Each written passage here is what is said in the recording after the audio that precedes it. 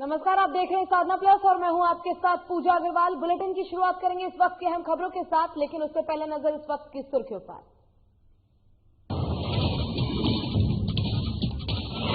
Corona vaccine को लेकर बिहार के पूर्व स्वास्थ्य मंत्री तेज प्रताप का बड़ा बयान। तेज प्रताप ने की पीएम से पहले कोरोना टीका लगाने की अपील। कहा, पीएम पहले लगाए टीका तो हम लोगों भी लगवा लेंगे कोरोना वैक्सीन। तेज प्रताप के बयान पर केंद्रीय मंत्री नित्यानंद राय का पलटवार। नित्यानंद राय ने तेज प्रताप के बयान पर जताया अफसोस। तेज प्रताप के बयान को बताया बेबुनियाद। रोहतास जिले के 3 निजी विद्यालय संचालकों पर केस दर्ज। कोविड-19 गाइडलाइन उल्लंघन का आरोप। स्कूल में शिक्षक और बच्चे बिना मास्क के आते थे स्कूल। शेखपुरा सदर अस्पताल में कोविड-19 का ड्राई रन। 25 लोगों का किया गया कोरोना ड्राई रन के बाद युवाओं ने बताई कोई परेशानी नहीं सर। और दरभंगा सोना लूट मामले में छापेमारी जारी। अब तक पुलिस ने मामले में कुल 10 लोगों को किया गिरफ्तार। 2 किलो सोना, 5 लाख कैश और लगभग 50-30 हीरा बरामद।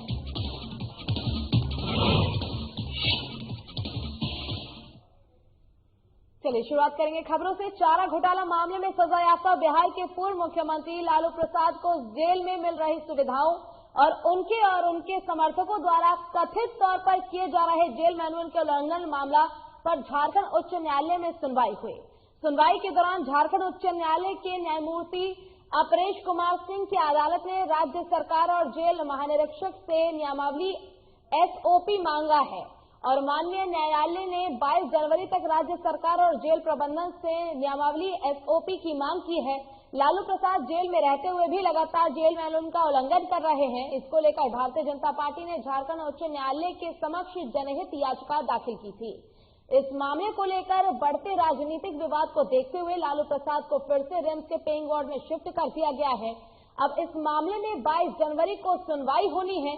इस बीच राज्य सरकार और जेल प्रबंधन को जेल मैनुअल से संबंधित विस्तृत एसओपी, नियमावली और शपथ पत्र के माध्यम से प्रस्तुत करना है।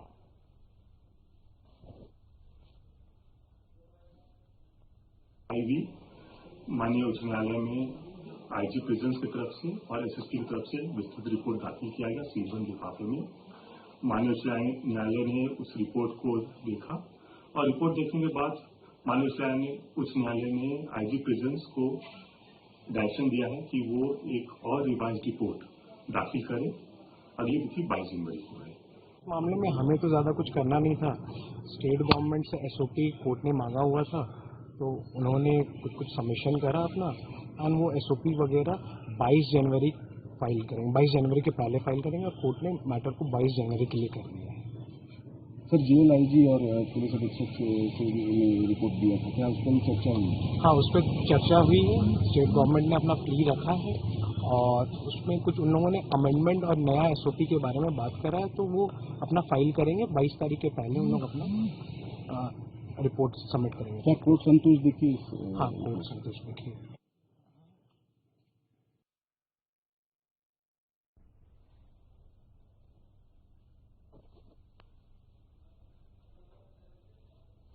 और चारा घोटाला मामले में सजायाफ्ता बिहार के पूर्व मुख्यमंत्री लालू प्रसाद को जेल में मिल रही सुविधाओं और उनके समर्थकों द्वारा कथित तौर पर किए जा रहे जेल मैनुअल के उल्लंघन मामले में झारखंड उच्च न्यायालय में बीजेपी ने एक याचिका दायर की थी, जिस पर 22 जनवरी तक राज्य सरकार और जेल प्रबंधन से नियमावली एसओपी की मांग की गई है।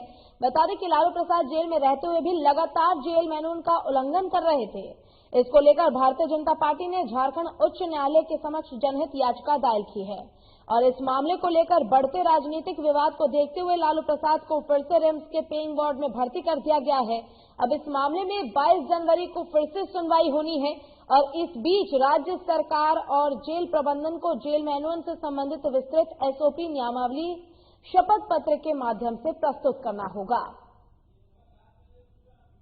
झारखंड उच्च न्यायालय में बीजेपी की तरफ से एक जनहित याचिका दायर की गई थी, जिसमें उन्होंने साफ तौर पर ये आरोप लगाया है कि लालू प्रसाद यादव और उनके समर्थकों द्वारा जेल के जितने भी मैनुअल हैं उनके नियमों का उल्लंघन किया जा रहा है, जिसको लेकर ये याचिका दायर की गई है और 22 तारीख को इस पे फिर से सुनवाई होनी है और आपको ये भी बता दें कि झारखंड उच्च न्यायालय ने राज्य सरकार और जेल प्रबंधन से इसको लेकर मैनुअल से संबंधित विस्तृत एसओपी नियमावली शपथ पत्र के माध्यम से मांगी है। और कोरोना वैक्सीन को लेकर देश में चल रही सियासत के बीच लालू यादव के बड़े बेटे तेज प्रताप यादव ने बड़ा बयान दिया है। तेज प्रताप यादव ने कहा है कि उन्हें कोरोना वैक्सीन लेने से कोई गुरेज नहीं है, लेकिन शर्त यह है कि प्रधानमंत्री पहले कोरोना का टीका लगवा ले। तेज प्रताप यादव ने कहा कि पीएम मोदी यदि टीका लगवा लेते हैं तो वो भी कोरोना वैक्सीन ले लेंगे। आपको याद दिला दें कि कोरोना वैक्सीन को लेकर यूपी के पूर्व सीएम और सपा अध्यक्ष अखिलेश यादव का बयान सबसे विवादित तौर पर सामने आया था। उसके बाद देश भर में कोरोना वैक्सीन को लेकर कुछ विपक्षी नेता और सत्ता पक्ष के लोग आमने सामने हैं। विपक्ष के कई नेताओं का कहना है कि सरकार कोरोना वैक्सीन के ऊपर विश्वसनीयता बनाए रखने के लिए सबसे पहले सत्ता पक्ष के लोगों को टीका दिलवाए। तेज प्रताप यादव ने भी इसी कड़ी को आगे बढ़ाते हुए पीएम मोदी को कोरोना वैक्सीन लेने की सलाह दी है।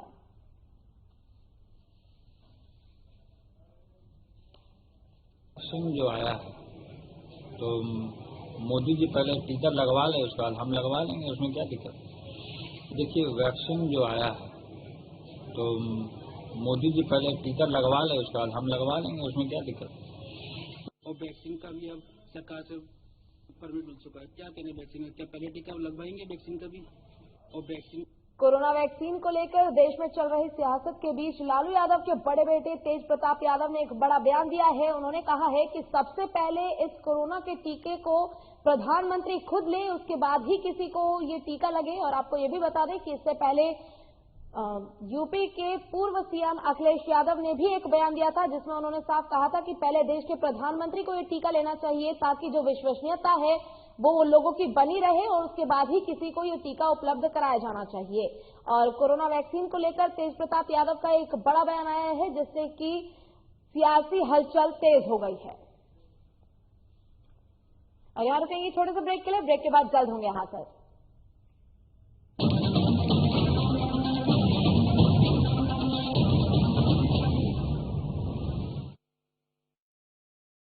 मैं हेमंत सोरेन सत्यनिष्ठा से प्रतिज्ञान करता हूं कि मैं विधि द्वारा स्थापित भारत के संविधान के प्रति सच्ची श्रद्धा और निष्ठा रखूंगा। शपथ ग्रहण के कुछ घंटे बाद ही मंत्रिपरिषद की बैठक और जिस पत्थलगड़ी ने राज्य को अशांत कर रखा था उसका समाधान हुआ। हजारों ग्रामीणों पर दर्ज प्राथमिकी वापस लेने का आदेश जारी। महिलाओं के खिलाफ हुए अपराध की त्वरित सुनवाई के लिए 22 फास्ट ट्रैक कोर्ट के गठन को मंजूरी। गरीबों के असाध्य रोगों के बेहतर इलाज हेतु 5 लाख तक की सरकारी मदद को अमली जामा पहनाया गया। जरूरतमंदों को भोजन उपलब्ध कराने के लिए 6595 मुख्यमंत्री दीदी किचन, मुख्यमंत्री विशेष किचन, 1300 दाल भात केंद्र। राज्य भर के अस्पतालों में isolation ward, Covid ward, oxygen युक्त बेड, आईसीयू, वेंटिलेटर और संक्रमण के जांच की व्यवस्था हुई। अब जरूरत थी प्रवासी श्रमिकों को वापस लाने की। देश में सबसे पहले यही से पहल हुई और 484 श्रमिक एयरलिफ्ट 8.50 लाख श्रमिक भाइयों को श्रमिक स्पेशल ट्रेन से वापस लाया गया। 25 करोड़ मानव दिवस का सृजन एवं 20,000 करोड़ पारिश्रमिक देने के लक्ष्य के साथ योजना लागू की गई। श्रमिकों की मेहनत को सम्मान प्राप्ति के लिए बीआरओ से एमओयू हुआ और देश की सीमा पर सड़क निर्माण में संलग्न हुए। झारखंड की भावना को प्रतिबिंबित करने वाले राज्य के नए प्रतीक चिन्ह का अनावरण हुआ। महिला सशक्तिकरण की दिशा में फूलो झानो आशीर्वाद योजना के जरिए शराब हड़िया के निर्माण और बिक्री में शामिल महिलाएं अपने जीवन में बदलाव की प्रेरक कहानियां कह रही हैं। 26,000 सखी मंडल की बहनों को बैंक लिंकेज के माध्यम से 370 करोड़ एवं 111 कुशल नर्स को देश के बड़े अस्पतालों में नियुक्त किया गया। इस कड़ी को और सशक्त करते हुए 22 युवतियों को कपड़ा उद्योग में नौकरी दी गई।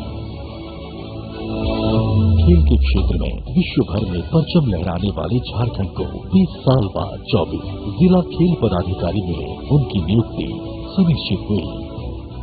इस तरह झारखंड अपने सीमित संसाधनों के साथ विकास के सभी सोपान तय कर रहा है, ताकि राज्य की समृद्धि एवं समावेशी विकास की परिकल्पना को साकार किया जा सके।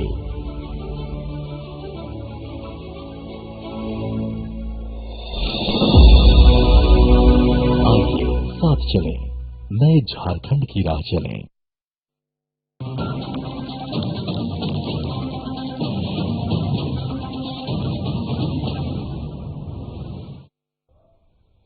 ब्रेक के बाद एक बार फिर से स्वागत है आपका। रुक करेंगे खबरों की ओर। कोरोना वैक्सीन को लेकर चल रहे सियासी घमासान में एनडीए ने विपक्ष के ऊपर पलटवार किया है। तेज प्रताप यादव का बयान सामने आने के बाद बीजेपी ने पलटवार करते हुए कहा है कि केंद्रीय गृह राज्य मंत्री और बीजेपी नेता नित्यानंद राय ने कहा है कि विपक्ष के नेता वैक्सीन के बारे में अनर्गल बयानबाजी कर वैज्ञानिकों का अपमान कर रहे हैं। दुनिया के साथ कदम से कदम मिलाकर भारत के वैज्ञानिकों ने वैक्सीन बनाने का काम किया। सरकार अब इसे लोगों तक पहुंचाने जा रही है। देश भर में इसकी तैयारी पूरी की जा चुकी है, लेकिन विपक्ष के नेता स्वार्थ में ऐसे डूबे हुए हैं कि वो इस पर सवाल खड़े कर रहे हैं। नित्यानंद राय ने आगे कहा कि ऐसे लोगों को जनता अच्छी तरीके से समझ रही है।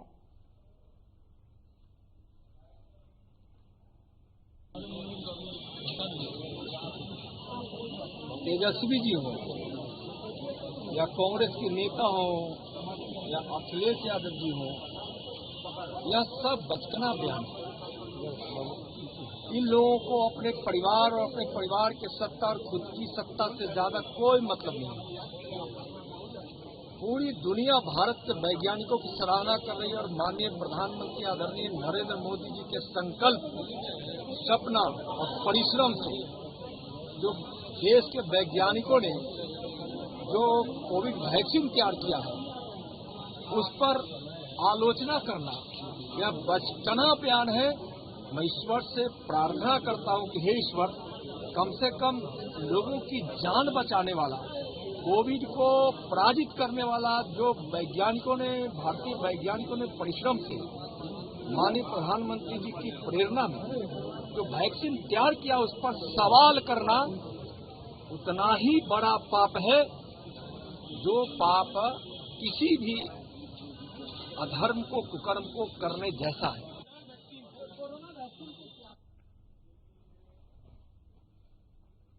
वहीं तेज प्रताप के वैक्सीनेशन वाले बयान के बाद जेडीयू ने हमला बोला है। आपको बता दें कि जेडीयू प्रवक्ता राजीव रंजन ने कहा है कि तेज प्रताप यादव के ज्ञानी होने पर किसी को कोई शक नहीं है।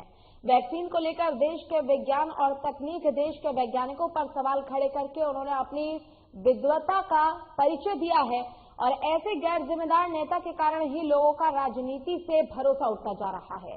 उन्हें इस अमानवीय बयान के लिए पूरे देश से माफी मांगनी चाहिए। प्रताप यादव जी के महाज्ञानी होने में किसी को कहां समझे। इसीलिए अगर उन्होंने देश के महान वैज्ञानिकों के ज्ञान पर सवाल खड़े कर दिए, उन्होंने वैक्सीन को लेकर के इस देश में विज्ञान और तकनीक का जो लंबा सफर है उसको नकार कर जिस तरह से प्रधानमंत्री जी वैक्सीन लेंगे तभी हम लेंगे जैसा बयान दिया है, तो हैरानी पैदा करने वाली स्थिति नहीं है। दरअसल ऐसे गैर जिम्मेदार नेताओं के कारण लोगों का राजनीति पर से भरोसा उठ रहा है। ये कहीं न कहीं मानवता के विरुद्ध आचरण है और ऐसे बयानों के लिए तेज प्रताप यादव जैसे लोगों से जरूर माफी की उम्मीद की जानी चाहिए। और पिछले एक महीने से बीजेपी और जेडीयू के बीच जंग जारी है, जिसका अब पर्दा गिरते हुए दिख रहा है।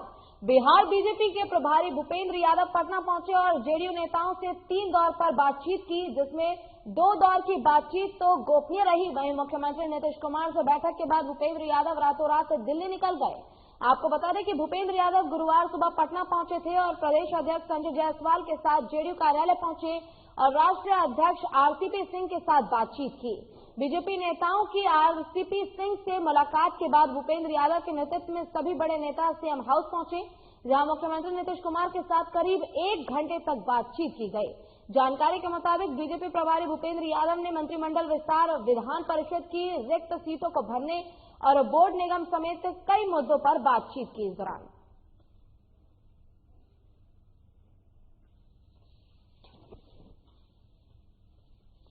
बीजेपी के प्रभारी ने की सीएम आवास पर पहुंचे थे। आपको बता दें कि कई मुद्दों को लेकर बातचीत की गई है। ऐसे में आपको यह भी बता दें कि पिछले 1 महीने से बीजेपी और जेडीयू के बीच जंग जारी है, जिसका पर्दा गिरता हुआ नजर आ रहा है। और यहां रुकेंगे छोटे से ब्रेक के लिए। ब्रेक के बाद जल्द होंगे हाजिर।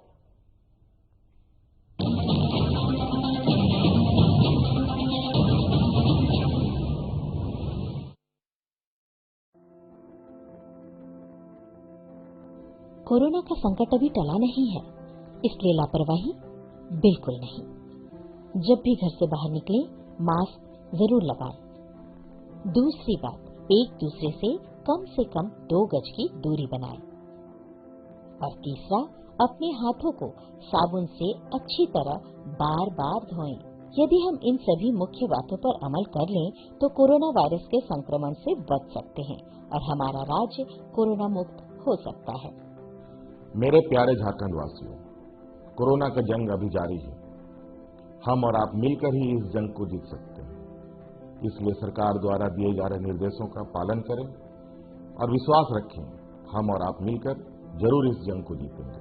सूचना एवं जनसंपर्क विभाग, झारखंड सरकार द्वारा जनहित में प्रसारित।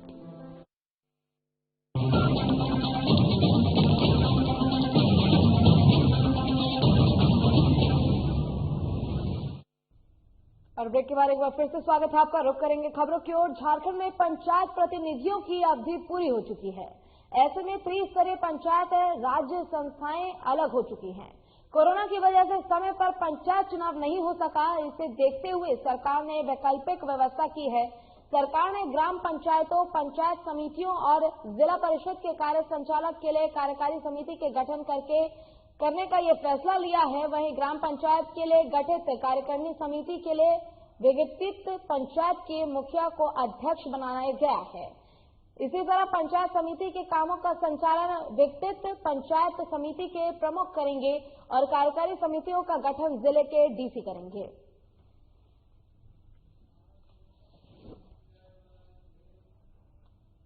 और नीतीश कुमार के शासनकाल में विकास की गंगा हर क्षेत्र में बही थी। खास तौर पर हर गली, हर मोहल्ले को जिला मुख्यालय से जोड़ने की भी बात कही गई। लेकिन आज भी कुछ ऐसे इलाके हैं जहां सड़क के लिए लोग आज भी इंतजार कर रहे हैं। इस गांव के लोगों के लिए गांव के प्रखंड मुख्यालय या फिर जिला मुख्यालय निकलना एक अपराध जैसी बात साबित होती है। मधुबनी के बोसीपट्टी प्रखंड अंतर्गत कटैया पंचायत स्थित सिराही गांव के लोगों के लिए सड़क पर चलना एक सपने जैसा है, क्योंकि आजादी के बाद भी आज तक इस गांव को प्रखंड मुख्यालय या फिर जिला मुख्यालय से नहीं जोड़ा गया है, जिससे ये लोग अपनी किस्मत को कोसते हैं। लेकिन असल में यहाँ के निवासी सरकार और प्रशासन की लापरवाही का खामियाजा भुगत रहे हैं।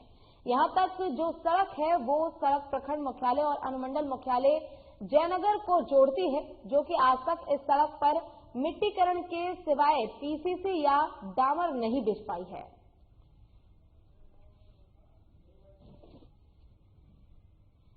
विधायक महोदय और हमारे पंचायत के जो पंचायत प्रतिनिधि है उनकी बहुत बड़ी लापरवाही है इस विषय में। अगर वो लोग चाहते तो इस प्रकार की रवैया से सड़क बन जाती। कहीं कोई भी स्वतंत्रता के बाद कोई भी सड़क आज तक इस प्रकार और इस दुर्दशा में नहीं। हम आपको आगे ले जाकर दिखाएंगे तो आगे एक टोला है जहाँ पे लगभग 400-500 की आबादी है। वहाँ जाने में बहुत बड़ी समस्या बनती है, क्योंकि वहाँ पे अगर कहीं डिलीवरी पेशेंट हो तो बारिश के मौसम में वो डिलीवरी पेशेंट वहाँ मर जाएगा, लेकिन वो घर तक हॉस्पिटल तक नहीं पहुँच पाएगा। कुछ रोड है, बात हकीकत है कि जो आज़ादी के बाद से अभी तक उसमें काम नहीं हुआ, थोड़ा लॉन्ग रूट है और वो हमारे ख्याल से RWD या PWD के अंदर में आता है, जो पंचायत के माध्यम से नहीं किया जा सकता।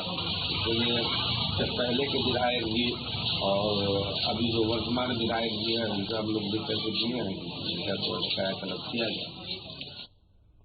और शेखपुरा सदर अस्पताल PHC गिरहिंडा और घाटकोसुंभा में आज कोविड-19 का ड्राई रन किया गया। ये ड्राई रन सभी 3 केंद्रों पर प्रत्येक केंद्र के अनुसार 25-25 लोगों को कोरोना का ड्राई रन किया गया। इस बाबत ड्राई रन कराने आए युवा ने बताया कि इसका कोई साइड इफेक्ट नहीं है और न ही हमें किसी प्रकार की कोई समस्या हुई। वहीं शेखपुरा सदर अस्पताल के सिविल सर्जन कुंवर सिंह ने मीडिया से बातचीत करते हुए कहा कि शेखपुरा में आज कोविड-19 का ड्राई रन किया जा रहा है।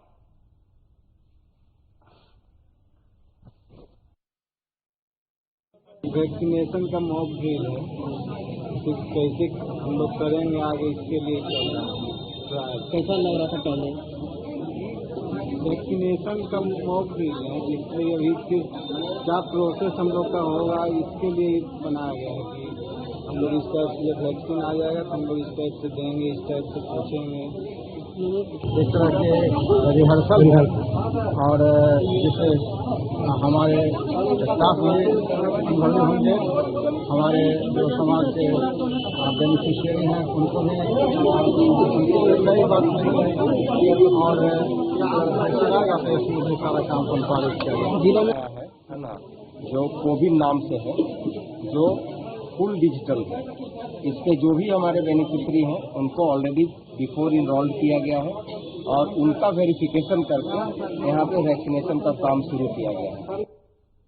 और कैमूर जिले के 3 स्वास्थ्य केंद्रों पर आज से कोरोना वैक्सीनेशन का ड्राई रन शुरू किया गया है। भभुआ PHC पर ड्राई रन के समय सिविल सर्जन और DPM मौजूद रहे। जिन स्वास्थ्य केंद्रों पर ड्राई रन शुरू हुआ है उनमें प्राथमिक स्वास्थ्य केंद्र भभुआ, चैनपुर और अनुमंडल अस्पताल मोहनिया शामिल है। कोरोना वैक्सीनेशन के ड्राई रन के लिए प्रत्येक सेंटर पर 25 स्वास्थ्य कर्मियों को चयनित किया गया है। ड्राई रन के समय मौजूद रहे स्वास्थ्य कर्मियों में काफी उत्साह देखा गया। कोरोना का टीका आने के बाद कैमूर जिले के सभी अस्पतालों में रखरखाव और देखभाल की तैयारियां पहले ही की जा चुकी है। और कोरोना वैक्सीन के लिए कैमूर जिले में 3200 स्वास्थ्य कर्मी और 3300 आंगनबाड़ी सेविका सहायिका का निबंधन कैमूर जिले में पहले चरण में करा दिया गया है। Civil surgeon doctor Arun Tiwari ने बताया कि कोरोना वैक्सीन का ट्रायल हो रहा है, जिसके कि जब वैक्सीन आएगा तो लाभार्थियों को कैसे दिया जाए इसका मॉक ड्रिल कराया जा रहा है। इसके लिए 25 जो हमारे हेल्थ कर्मियों को चिन्हित किया गया है, उसके सारे प्रोसेस को हम लोग रिहर्सल ड्राई रन की तरह कार्य करेंगे। पहले सैनिटाइजेशन कराएंगे, उसके बाद उसका रजिस्ट्रेशन काउंटर पर चेक होगा, फिर आके ऑनलाइन हमारा सिस्टम उसका चेक करेंगे। उस सिस्टम के बाद ये मोबाइल एप्लीकेशन में डालेंगे, फिर वेटिंग आवर जो है 30 मिनट्स उसको वेट कराएंगे। प्रोसेस है ये ट्रायल हो रहा है, जिसको कहा था कि हम लोग इसका मॉक ड्रिल कर रहे हैं ताकि जब वैक्सीन आएगा तो हम लोग लाभार्थी को कैसे वैक्सीन देंगे। ये पूरी प्रक्रिया ऑनलाइन होगी। जो चिन्हित व्यक्ति हैं उन्हीं को वैक्सीन फर्स्ट फेज में मिलेगा और ये वैक्सीन देने का एक मॉक ड्रिल कराया जा रहा है ताकि यदि किसी प्रकार की कोई समस्या आती है किसी स्तर पर तो हम लोग उसका पूर्ण आकलन करके और उसका समाधान निकाल सकें। और सीतामढ़ी जिले में कोरोना वैक्सीन को लेकर आज ड्राई रन किया गया। सीतामढ़ी जिले के 3 जगहों पर आज ड्राई रन के जरिए से लोगों को कोरोना वैक्सीन के डमी टीके लगाए गए। इस दौरान सीतामढ़ी के जिलाधिकारी अभिलाषा कुमारी शर्मा ने ड्राई रन का विभिन्न जगहों पर जाकर जायजा लिया। सीतामढ़ी के सदर अस्पताल, एक निजी नर्सिंग होम और डुमरा के कमला बालिका उच्च विद्यालय में कोरोना वैक्सीनेशन के लिए ड्राई रन के लिए कैंप लगाए गए थे।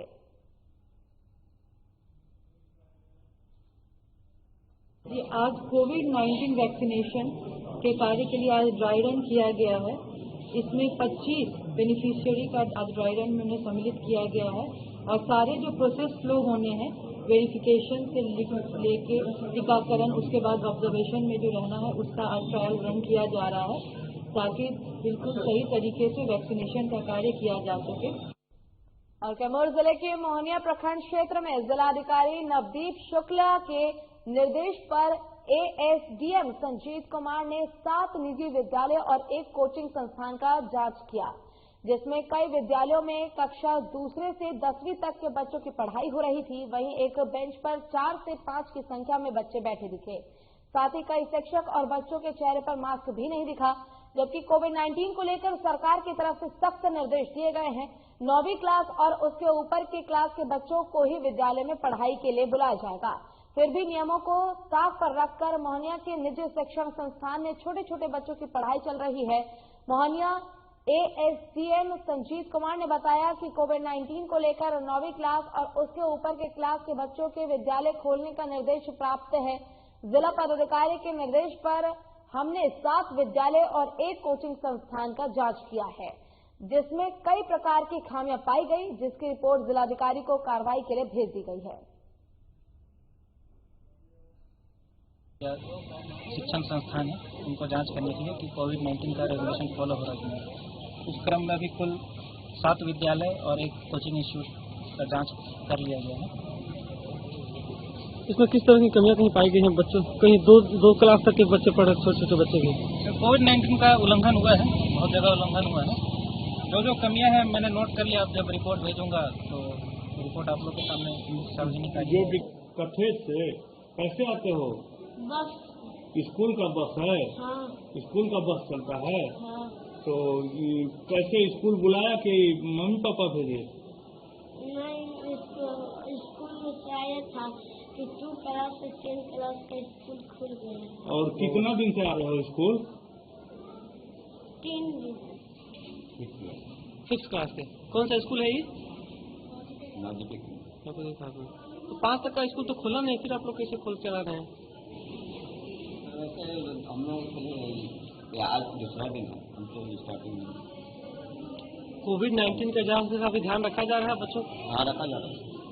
मानव सरस्वती विद्या मंदिर। कितने तक के बच्चों क्लास चल रहा है? अभी तो सर हम लोग चला रहे हैं 2वीं से लेकर के और 10वीं तक। सरकार का गाइडलाइन क्या है, कितने क्लास तक के बच्चों को चलाना है? 9-10 तक चलाने का ऐसा निर्देश था, लेकिन अभी जैसे कि इतना बच्चे सब उब गए थे, गार्जियन का भी बार बार ऐसा आ रहा था।